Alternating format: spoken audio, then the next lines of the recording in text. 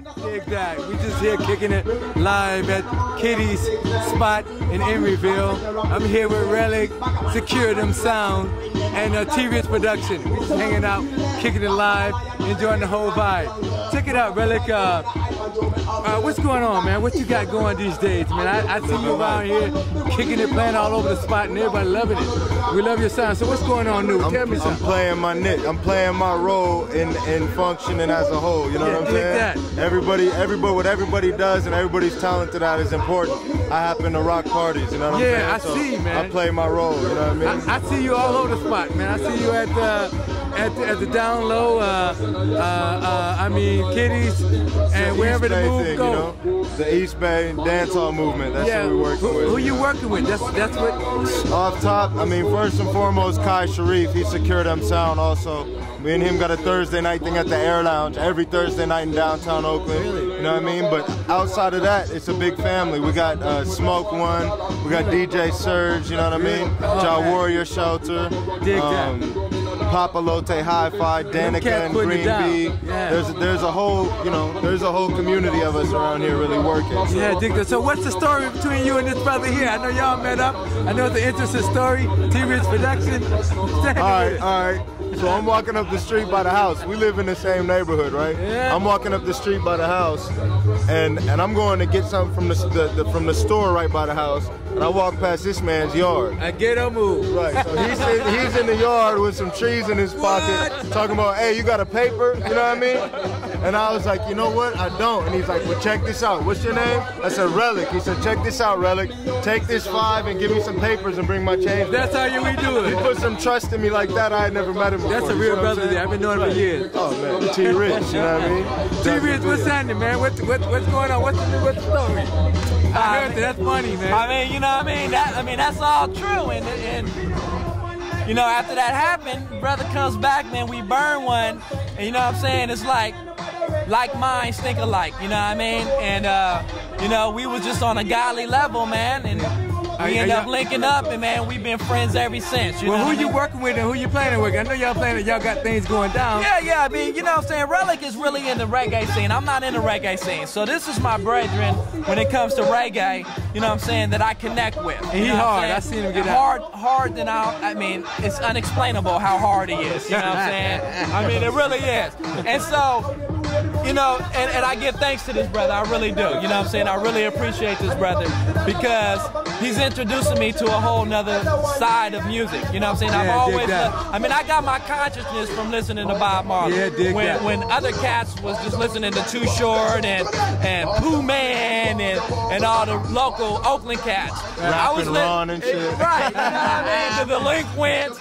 But I was listening to Bob Marley. I mean, I was listening to them too, but I was listening to Bob Marley as well. I'm sorry, go ahead. No, so, I mean... Well, how do you get your start in this game, the hip-hop game? I mean, I got my start in this game by just having an open mind. Like I said, you know what I'm saying? I'm a worldly dude, so I listen to all types of music, you know what I mean? And, I mean, just speaking of the reggae scene and listening to Bob Marley, I've always dug the consciousness of reggae. And so I've always stuck with that because that's where my heart is, you know what I'm saying, with the consciousness. So the bottom line is now I have a cat that's in my camp that's in there, that's bringing it. And I'm talking about bringing it live like, Dread, we need to go pick up Sister Nancy from the airport. Yeah, and take care of her. I mean, you know what I'm saying? I was able to have Sister Nancy bless my mic, brother. Oh, man. That's how deep it is. You know, I seen this brother Relic around, man. He just came off the stage. I've been around, man. I just walked up on the scene and he came out of nowhere. And he blistering it, man. Where do you get your start from, man? Who do you started in this game with? I was in the hip-hop scene for a long time. Real talk. I wrote a lot of lyrics and performed enough times in the Bay with acts like Zion I and Pep Love, and you know what I mean? So I used to really be into that underground hip-hop thing. Yeah, but I seen hip-hop at some point reach this point where it was like, you had to have a certain kind of message behind it to sell records. Yeah. And if it was conscious hip hop, then it was a niche market of people who wanted to hear conscious hip hop. Which to me it became like preaching to the choir. You know what I mean? I switched over to the reggae scene. I mean years ago, but I made a transition at some point, and I was always into reggae. Yeah. But the music that I was putting my energy into promoting was hip hop, more hip hop based. We always had, you know, and that's the beauty of it, because I'm into hip hop. I've always been a fan of reggae. I always listened to reggae, but I never got deep like this brother has got deep. But you know what I mean? He's made a transition, and that's where we vibe, because I'm into hip hop.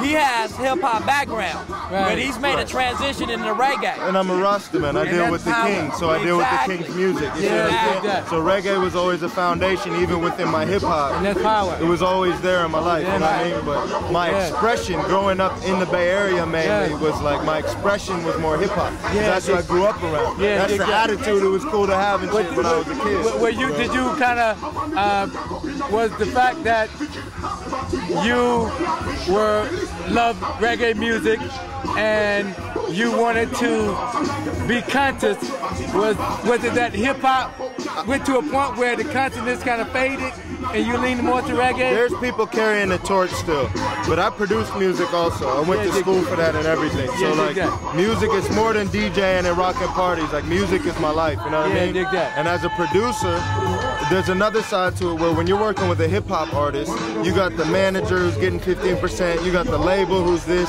they got exclusive contracts, they can't do this, they can't do that.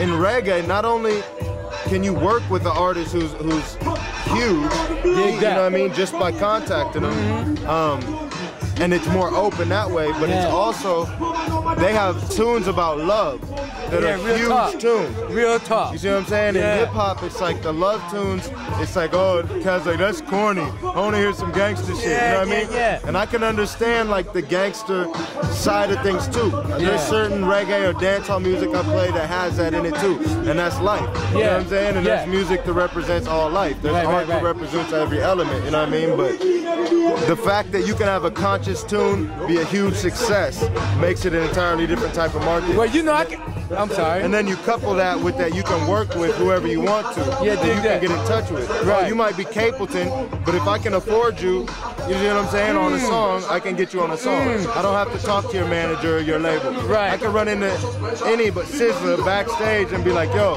what's it cost me for a tune? I got it right now, let's go. He's gonna come to the studio because it's freed up like that. Real tough. And speaking of that, I want to give a big shout out to Al Poncho out there in Jamaica right there. Pressure Bus Pipe doing it real big. And I can't forget my That's boy what I'm talking Apostle. about. Well, you know, it's no surprise to me that knowing who you are, I mean, and watching you and seeing how you get down, it's not a surprise to me that you know this brother here.